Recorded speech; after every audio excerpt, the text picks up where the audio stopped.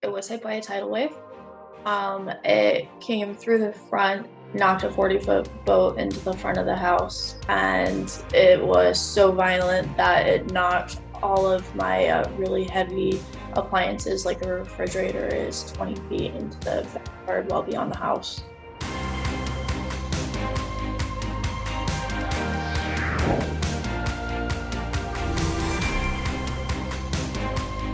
Hi everyone, it's Annalisa with the New American. Today I am in Fort Myers, Florida, where just 2 weeks ago Hurricane Ian made landfall and it really obliterated most of this area. Homes are still standing, but driving around today, you can see the destruction to boats and marinas, to homes that have been flooded. People are displaced. People have lost everything. And I decided to come down and speak to the locals about their experience. I am here in the home of Kynse Leigh Agles, and she has survived 4 hurricanes. In the previous Hurricane Irma, she made national news for a sign. We're going to put that on the screen. That she wrote to get help with her electricity. It says, "A single hot female seeks lineman to electrify her life." And she literally painted this in hot pink letters, and she got a response. She actually got her power back on in 24 hours. So it worked. She is resourceful, she is caring, she is a remarkable woman, and I am so honored to be here with her and her neighbor and best friend, I believe, Kynse, who has weathered this storm and lost everything. I was told that she has a 40-foot boat inside her home at the moment. Talk to us about your experience so far and where you are at this moment. I think we're much better off today than we were this time last week.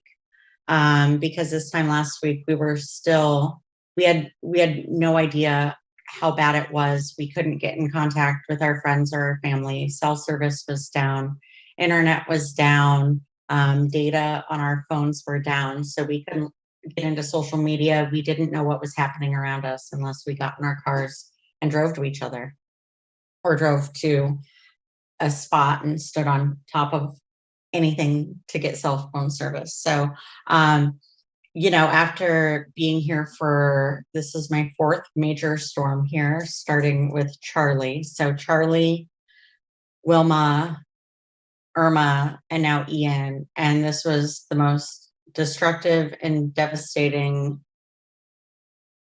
storm, or probably even situation, I've ever been in my entire life. And, we're blessed to be alive and praying for those that are still lost or missing, and praying for the lives that have been lost as we try to rebuild. Bree's house went completely to the roof underwater. My office downtown had feet of water in it also. And I was meaning to say, the Caloosahatchee River is just feet away from her home, and we'll put up some pictures of that area so you can kind of see the proximity to the water. So, Bree, your house was completely flooded. Can you tell us what happened to your home? Well, it was hit by a tidal wave. It came through the front, knocked a 40-foot boat into the front of the house, and it was so violent that it knocked all of my really heavy appliances, like the refrigerator is 20 feet into the backyard well beyond the house.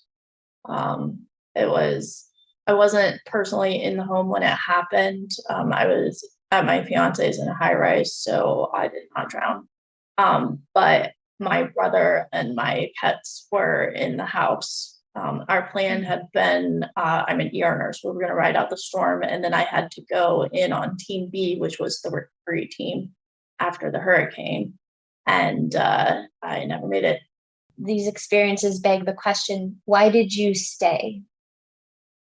I stayed until Wednesday morning. I had a plan A, a plan B, and a plan C. Plan A was to be in North Fort Myers with my horses.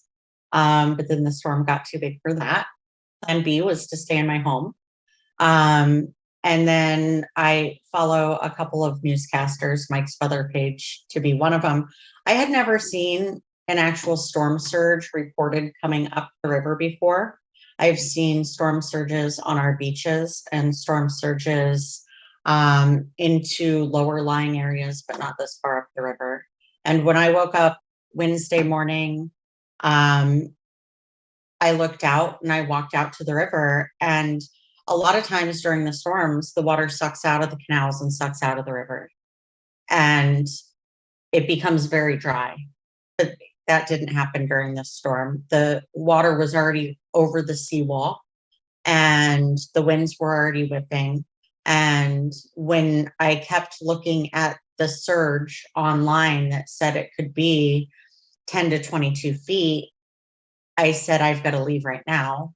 And the storm had already started. And so I'm a double organ transplant recipient. So I grabbed my medications. I grabbed my dogs. My son was at his father's house. I grabbed a bottle of Tito's and a bottle of wine. And I got in my car and I drove to my plan C, which was my friend Sam and Lisa's house out in Buckingham Airport. What has it been like for you in this community? How have you banded together? Our community is amazing. And our community is working with local and government agencies to give us what we need. Before the Salvation Army came in, before Red Cross was here, we had the Cajun Navy. If you're not familiar with the Cajun Navy, look them up. They're amazing. They had already staged airboats, flats boats. They were doing recovery efforts before the National Guard and the Coast Guard got here.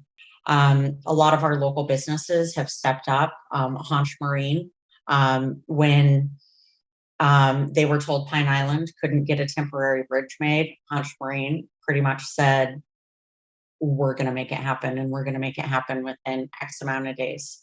And that's a local company on Pine Island that put the Pine Island Bridge temporarily back together to get linemen aid and assistance out to Pine Island.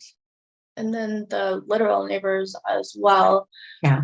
When Andrew and I were going to get what was left of the house, we stopped to check on a neighbor's mom, and she had a bone coming through her hand. And this group of guys pulled up in a car, and they're like, hey, do you need your driveway cleaned? Like, you look like you need help. And we were like, no, we don't have any money. Like, we can't pay you to clean it up. And they looked at us and they were like, we are your neighbors. We are going to clear the driveway because we can. And then they jumped out of the car and started cleaning up this lady's driveway so that she could try and get out to make it to a hospital. You mentioned that the death toll, you believe, has been underreported. Do you want to talk to that at all? I think that it's a very, very touchy subject, but I also think that the truth will eventually come out. I have a lot of friends and family that are fishermen, that have been, fishing guides, firefighters that have been running humans and supplies back and forth from the islands. And there are many, many stories of how many bodies have actually been recovered. There have been bodies recovered from the river, and it's terrifying. Before we came on, we were talking about aid and about help. And we talked a little bit about the local and federal aid, but your experience with the federal aid has been somewhat disastrous. Do you want to talk a little bit about how FEMA has how your experience with FEMA has been so far? And that's who's FEMA? Federal. Where's FEMA? Federal Emergency Management Agency. Yeah. So FEMA. I'm homeless and I still have to pay a mortgage, and now housing is at a premium. So I don't have the money to pay my mortgage so I don't lose what's left of my house, and also pay the first, last, and deposit on a rental for who knows how many years until I rebuild. And today I got back on the FEMA website, and they've given me a housing allowance for 2 months. That doesn't even cover the time frame that it will take my flood insurance to even decide what the payout is going to be. Yes, because that insurance can take up to months and months to Yes. give you the money. We still have open insurance claims on homes from Hurricane Irma, Yeah, we should mention which was 5 years ago. Yeah. Kynse is a Remax real estate agent, and she's still dealing with claims from the previous hurricane. So displacement is a huge issue for a lot of people here. And Bree is one of those people who is floating kind of back and forth between friends' homes and hotels. By the way, there are no hotels in the area with vacancy. You can imagine the people here are probably in those hotels along with the people here to serve and with the recovery efforts. So it is a very dire situation for many. And we want to encourage people to help as much as they can. And one of the funds that I know people can go to is the Florida Disaster Fund. Mhm. That is a state-run, a private fund that First Lady Casey DeSantis is really taking initiative on and for raising money for. Do you know of other funds that are local that people could contribute to, or do you want to put your information out there for people to contact you? Yeah, it's there are a lot of funds. There's a lot of private GoFundMe's. Bree has a private GoFundMe to help her get back on her feet. And as far as local funds, it's really, there's not much. Okay. I don't want to say don't support your Salvation Army and your Red Cross. The woke Salvation Army. Am I allowed to say that? Hey, if the money is going to the people who need They it. haven't been here. They Salvation. haven't. Samaritan's Purse has been here. Yes. That's another place to go. Samaritan's Purse. Samaritan's, Billy Graham organization. Yeah, Samaritan's Purse. I've seen their trucks. I've seen their they've set up food. Our locals are amazing. When national chain restaurants could open, they didn't, but our locals were serving food for free. We have amazing licensed, insured Florida contractors. Don't use someone without a Florida license. I've already seen a lot of people getting scammed out of money. A roof tarp does not cost $7,000. I don't care how big your roof is. But people Seen are a lot of those seeing a lot of check for licenses and insurance, and then go to sunbiz.org or the Department of Business Professional Regulation and make sure they are who they say they are, because you really want the people rebuilding your homes that are still going to be here if something goes wrong in a year to 2 years. That's really smart advice, especially for homeowners. Thank you very much, ladies, for speaking with us. And I can say that I've been in this area just for a short time today, but the people I've met have been kind and loving and hugely optimistic. I don't see these people laying down or really, they may be on their knees, but they are not going to just bend or break anytime soon. It's quite remarkable to be down here right now.